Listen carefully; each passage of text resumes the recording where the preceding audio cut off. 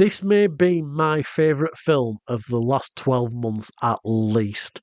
It certainly isn't your twee Sunday evening TV movie that you watch with your parents.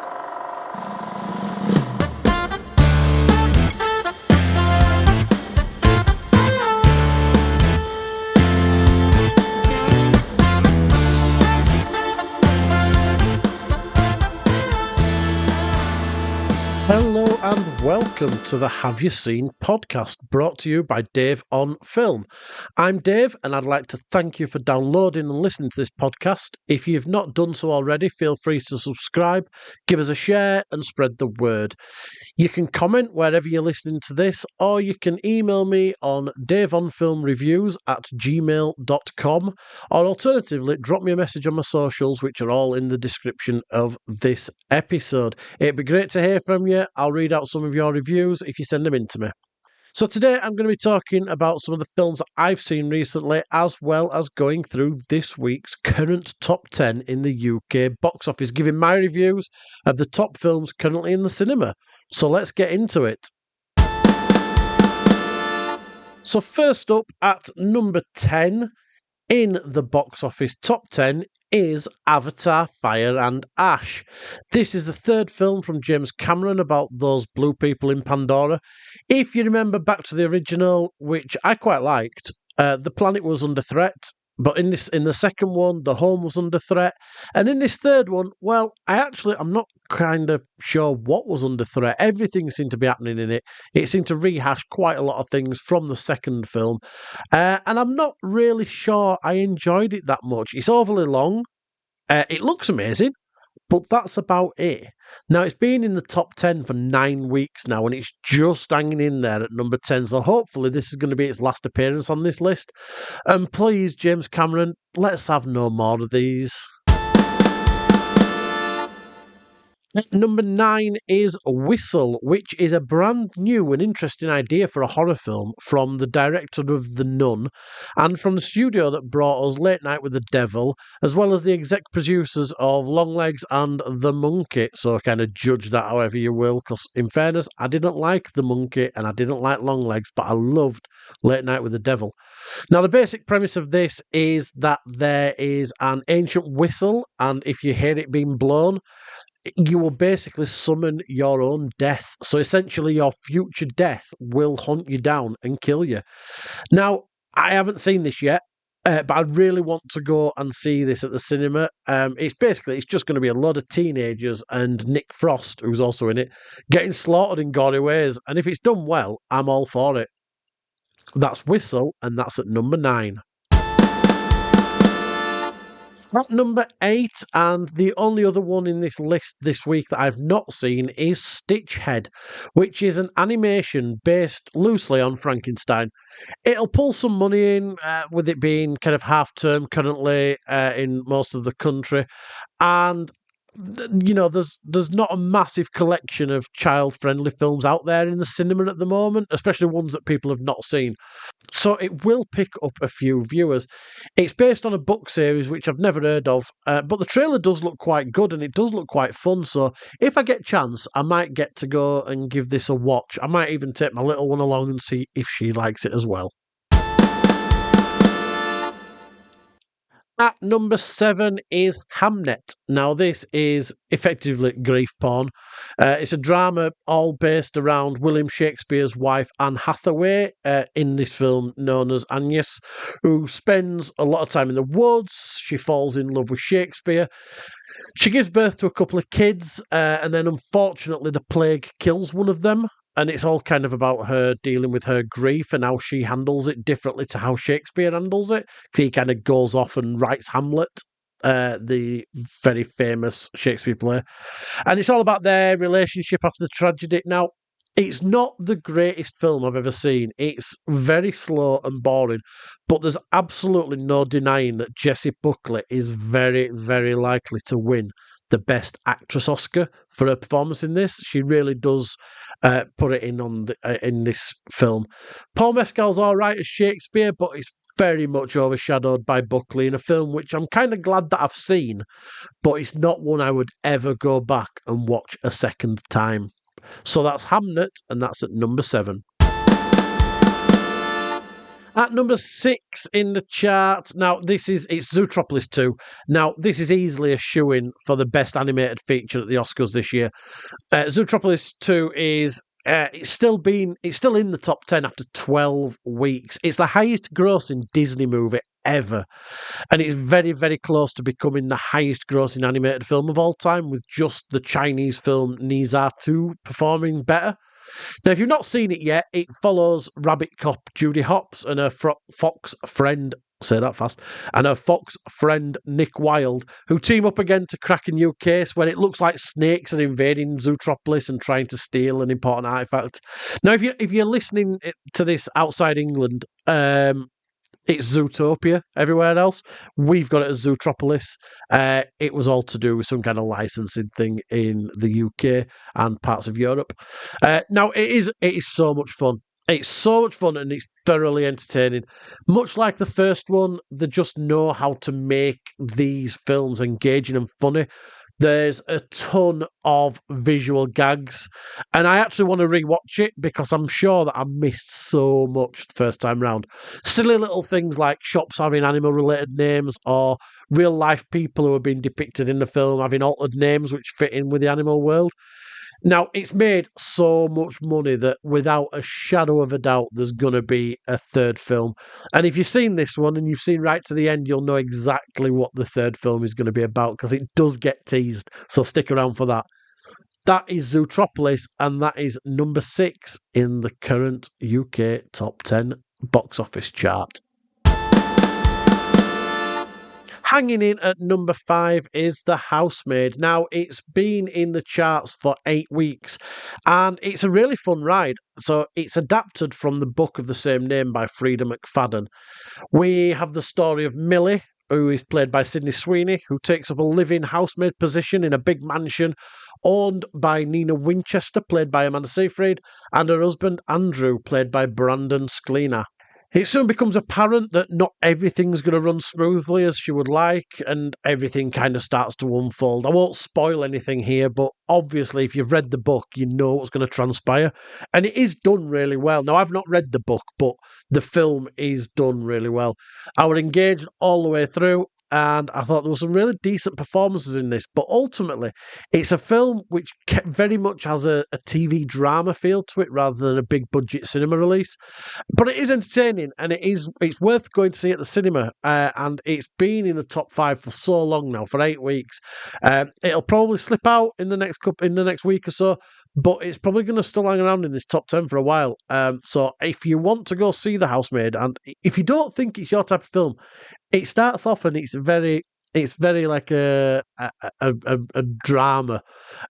It doesn't end up being a drama. It ends up chaotic. And I don't want to give too much away, but there's some gore in there. So go and watch Housemaid and kind of enjoy what transpires on screen. It's a good night out.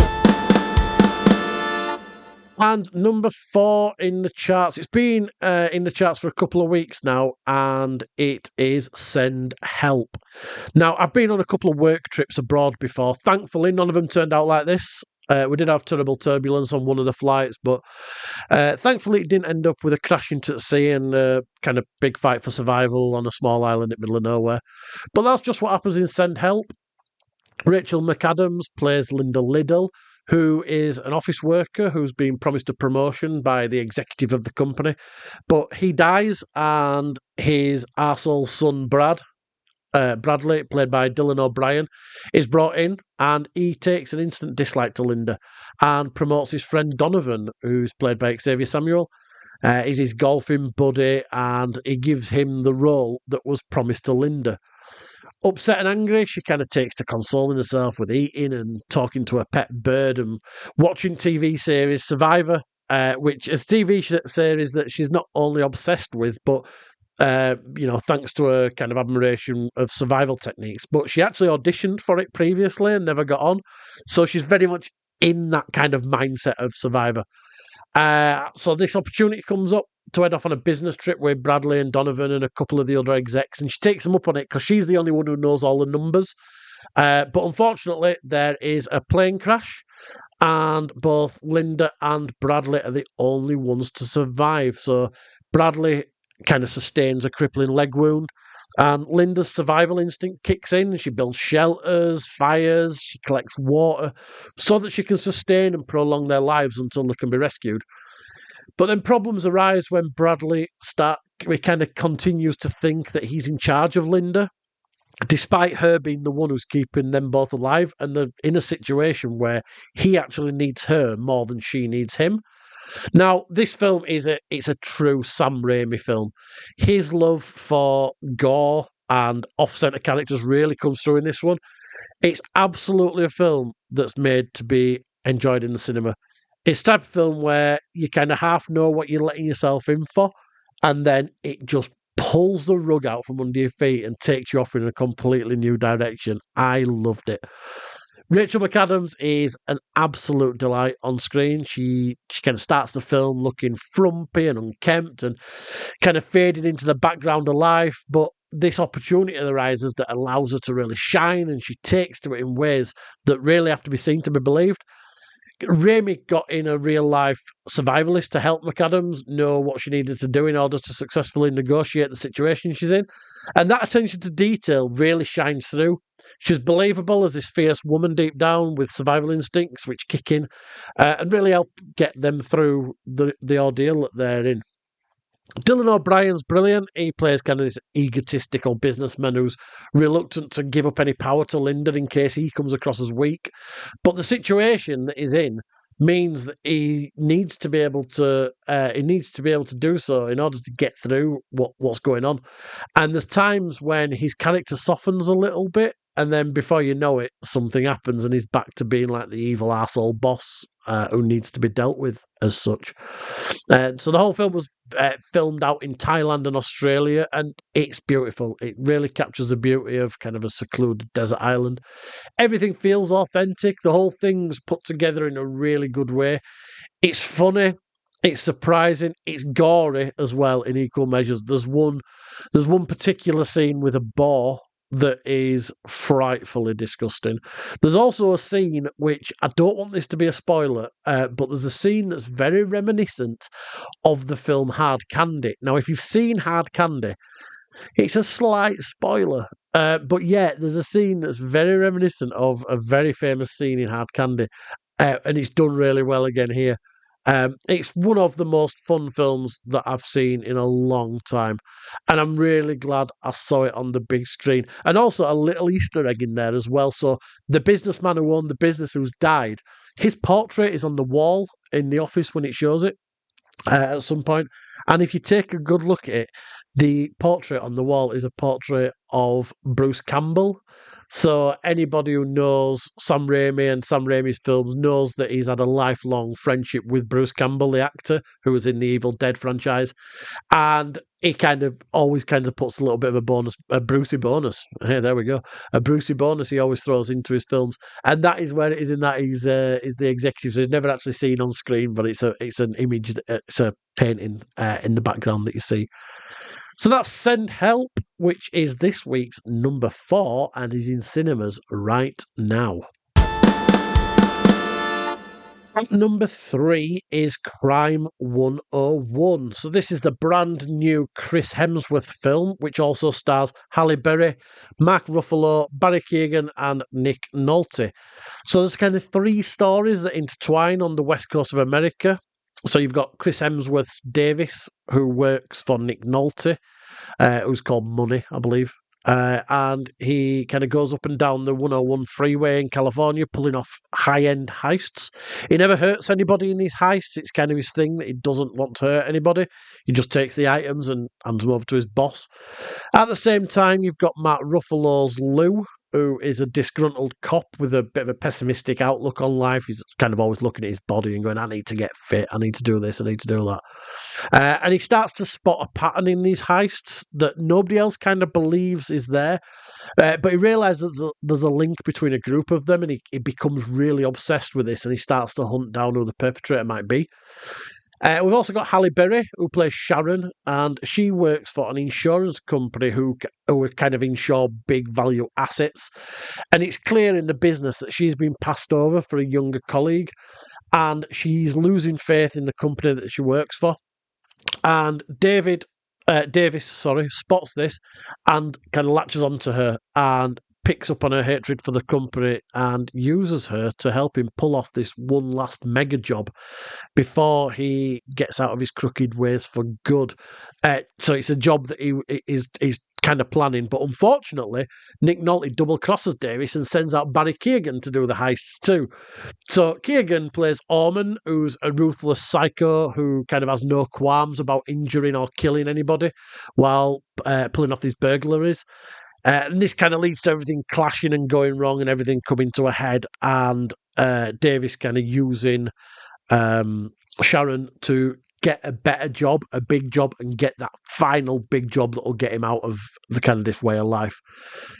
Now, it's 2 hours, 19 minutes long. I feel that some of it could have been trimmed and not lost anything that important. Hemsworth plays his part really well.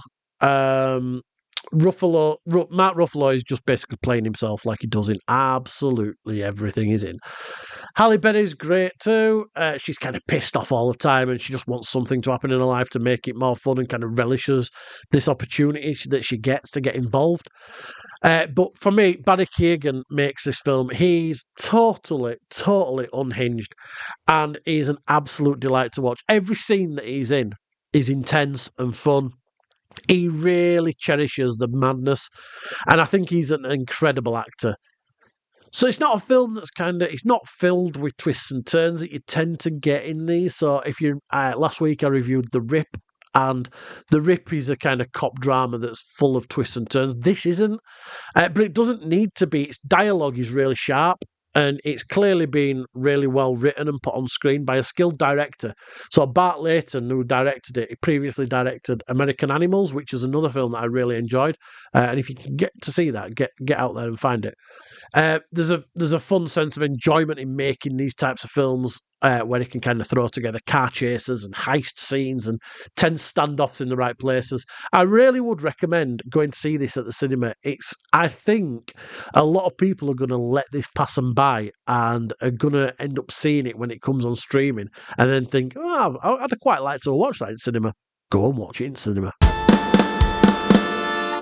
At number 2 is Goat. So this is the Sony Pictures Imageworks, who've kind of used the same animation styles that we're seeing in K-pop Demon Hunters and Spider-Man Into the Spider-Verse to really make the film pop off the screen with sharp graphics and great characters.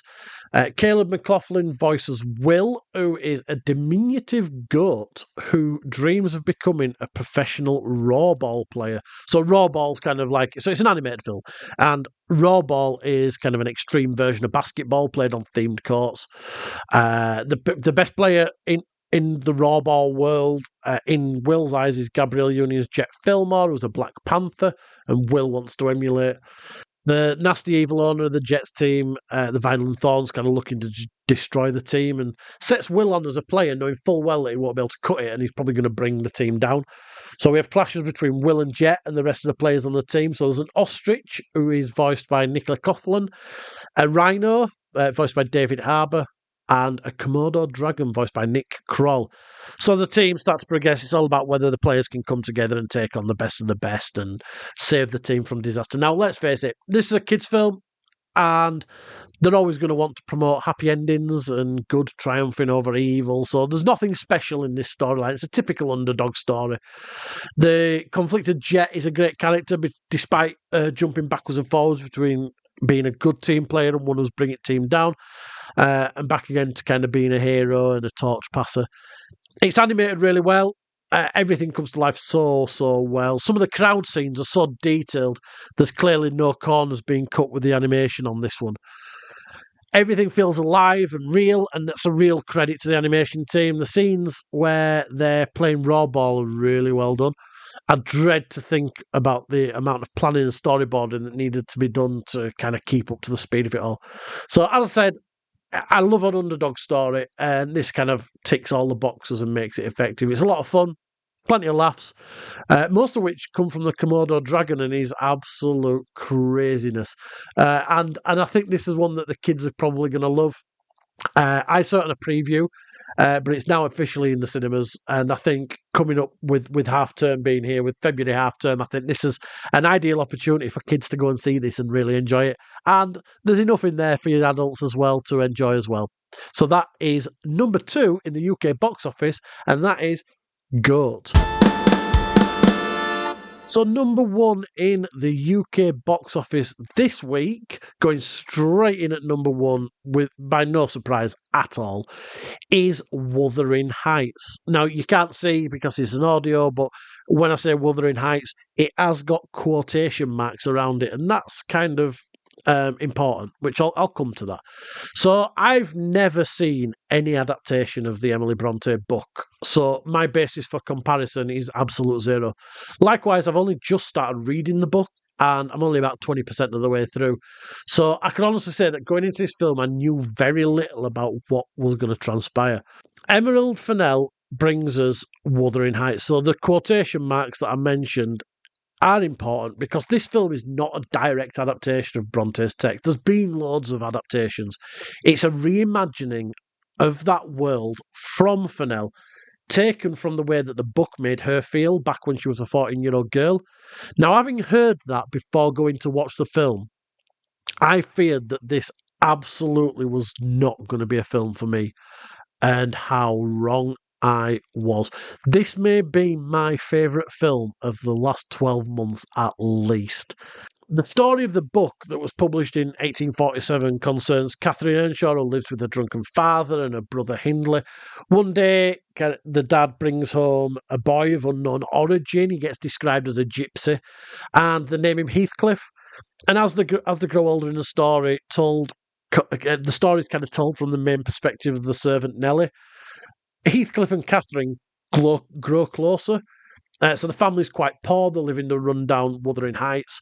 And then when new neighbours move into the nearby Thrushcross Grange, Catherine and Heathcliff spy on them. Catherine ends up she gets attacked by a dog in the book, and she gets taken in by the rich family, much to Heathcliff's chagrin. And it's here where Cathy accepts a marriage proposal from Edgar Linton, despite being in love with Heathcliff, and through a series of unfortunate events, which kind of get moved along by Nellie, Catherine manages to make an eavesdropping Heathcliff believe that she doesn't love him, so he flees. Then years later, he returns all wealthy, and all her feelings come back. So the film follows very much the same beats of the book, but it does alter a few things, which I didn't have any issue with. So Hindley's character, Cathy's brother, he's completely removed from the story, and kind of his stuff is kind of rolled into the father's character. And what it does is it allows more focus to be put on Cathy and Heathcliff's relationship, as it's not necessarily needed. So yeah, as I say, Hindley's character is kind of rolled up into the Mr. Earnshaw character, played by Martin Clunes, who is an absolute delight in this. He is horrible, and he needs to be, because that's his character. He's a horrible, horrible man. He treats them all nasty. And Martin Clunes puts in the performance of a lifetime here. I loved every time he's on screen. He just made me laugh. I've always liked Martin Clunes. Now, there's a lot of people complaining about the casting in this of both Margot Robbie as Cathy, because people are saying she's too old to play Cathy, and Jacob Elordi as well, saying that he's too white to play the role. But again, this wasn't something that ever troubled me. So in the book, he's just described as a gypsy, so to me, it's not a massive issue, and I just took it as what it was on screen, and I was fine with that. What Emerald Fennell puts on screen is an absolute masterclass in filmmaking. The whole thing is beautiful, and it's brutal in equal measures when it needs to be. It's sexy and it's taboo in places, something which in the book is never really explored, but Fennell really cranks up the horniness to the max. In this, we see Cathy's sexual awakening, followed by her lust for Heathcliff really coming through. There's some ludicrous moments which I'm going to describe, but you won't get until you see the film. There's some ludicrous moments involving eggs and a fish in jelly, which sets up what's to come quite literally. So characters use horse bridles during sex scenes, and another scene there's a character that's chained up and made to act like a dog as a submissive to her master. So everything kind of blends the traditional story and the modern world of like sexual kinks really well, and it actually never fell out of place. It certainly isn't your twee Sunday evening TV movie that you watch with your parents. I would watch this on your own if I were you. Absolutely everything is gorgeous. The visuals of the moors, the juxtaposition between Wuthering Heights and Thrushcross Grange is perfect, and the costumes. Wow, some of the outfits that Kathy wears when she's living with Lintons are just glorious. And this is all coming from the mind of a filmmaker who knows what she wants to put on screen, and she's really used the production designers and cinematographer really well to get this onto the big screen. Hong Chau's Nellie Dean is great. She's properly devious and ever so slightly jealous of the life that Kathy's leading and kind of uses it to her own advantages when she needs to. I got about 20 minutes into this film and I found that I really relaxed. I did go into it with a lot of trepidation that this wasn't going to be a film for me, but as soon as I realised I was going to love everything I were about to watch, I knew I were in for a good time. The runtime flew by, and it almost left me wanting it to have been on screen for longer, and no one is as surprised as much as I am that this was incredibly good. That's Wuthering Heights, and it is in cinemas right now. So I just want to give a shout out as well to another couple of films, 3 or 4 films that I watched this week that some of them I enjoyed, some of them I really didn't. So first up was Primate, which is now on digital streaming. Now I watched Primate because I missed it in the cinema, and I really enjoyed it. It's basically a chimpanzee who gets rabies and goes crazy and tries killing a lot of people. That is the entire premise of the film. That's all you need to know. It's good fun.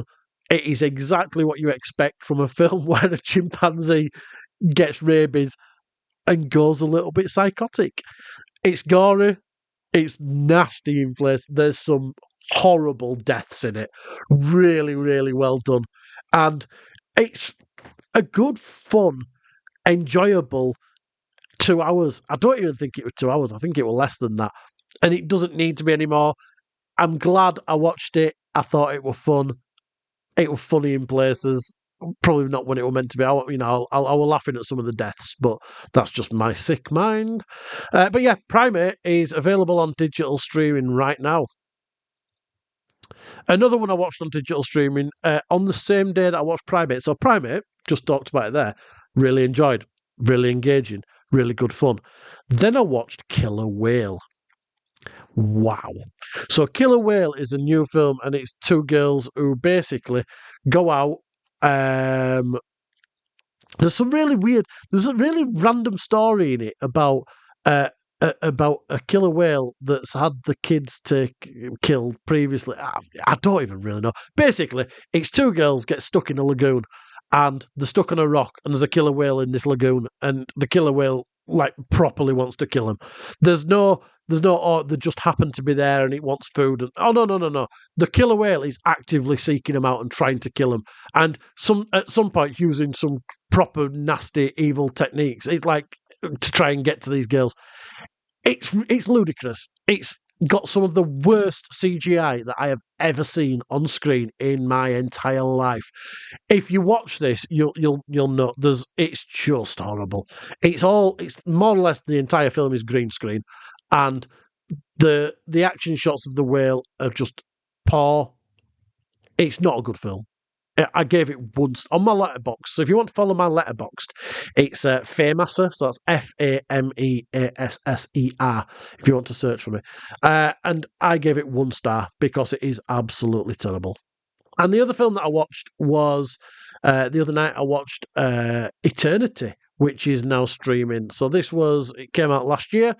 And I really enjoyed this. Now, it's the story of an old couple, and one of them dies. So this old guy dies, and he goes into the afterlife. And he finds out that souls basically have 1 week to decide where they want to spend the eternity. He decides that he wants to kind of wait for his wife to die and turn up, and so he hangs out, and he gets chatting to a barman. So the old man who's died is Miles Teller, who plays him, and then he gets chatting to this barman, Callum Turner, who died during the war. So then the old woman dies and comes to the afterlife as well, and she's played by Elizabeth Olsen. And so he goes to meet her, but then it all transpires that the barman was Elizabeth Olsen's first husband who died during the war. And then obviously she's gone on and had like a 60-year marriage with Miles's character. And now they kind of fight over her and try to basically fight over who gets to spend the rest of eternity with Elizabeth Olsen. So I really enjoyed this. I thought it was sentimental. It was really sentimental. So it's probably not a film to watch if you've lost anybody recently, because it deals with death quite a lot.